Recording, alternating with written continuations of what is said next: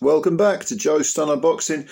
Andy Cruz defeats OMAR Salcido. Very wide, 10-round decision. He moves to 5 wins, no draws, no defeats. He's got 2 KOs.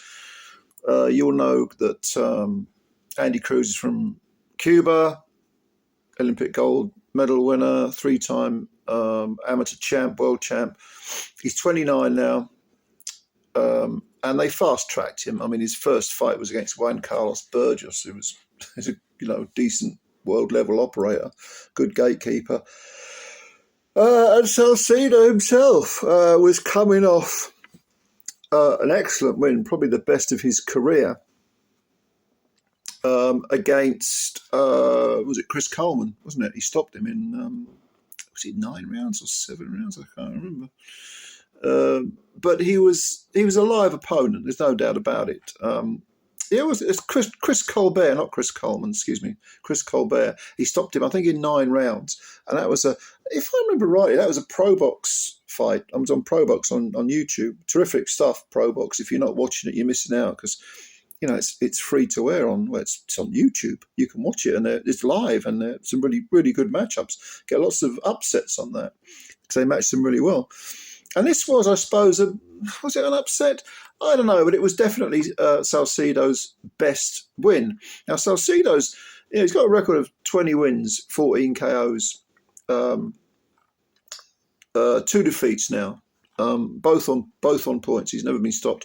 He's only 25, tough guy from Mexico, so he can come again at 25, 4 years younger than Cruz, but he was dominated by Cruz, absolutely dominated. And I mean, Andy Cruz, very, very skillful, very slick, orthodox fighter who constantly switch hits. And he's one of those aggressive back foot boxers. Everybody thinks that, aggression means you've got to go forward and throw big haymakers. Nothing of the sort. You can box on the back foot and be aggressive. You can counter punch, very hard punches, very sharp punches, use your speed, use your timing.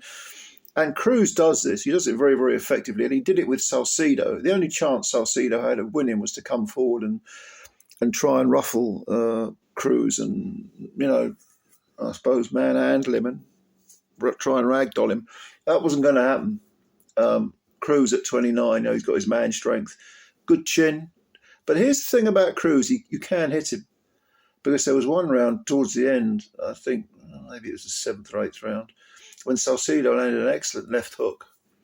He just couldn't land that many punches, enough punches.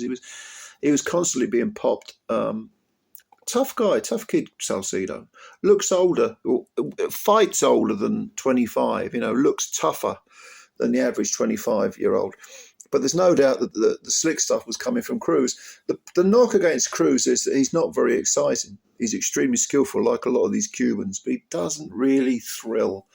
And a lot of these rounds, even though Cruz was constantly winning them, they were, very repetitive. I think I might have given Salcido one round, maybe 2, or you could make a case for a couple of swing rounds, but that's really when Cruz was taking his foot off the gas, and whenever he was on it, he was landing the cleaner punches, the sharper punches, the faster punches.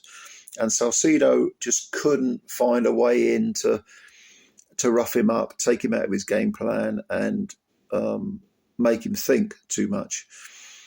This was a wide win. The only time Salcido looked really hurt was in the final round when Cruz appeared to be going for the knockout. And had there been another minute in the fight, he might well have got it. If this had been a 12-rounder, I would say that the last 2 rounds, Cruz would have probably turned the screws. Cruz turned in the screws, who's a poet and didn't know it. And he would have probably stopped Salcido. But Salcido hung on to maintain his record of never being stopped. And Cruz now moves to 5 wins, no draws, no defeats.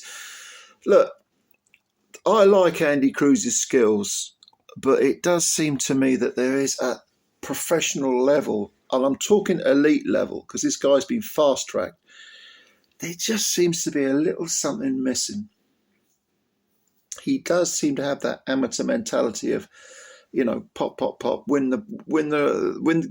up the points, win the rounds. Nothing wrong with that, of course. But I want to see someone really put it on him.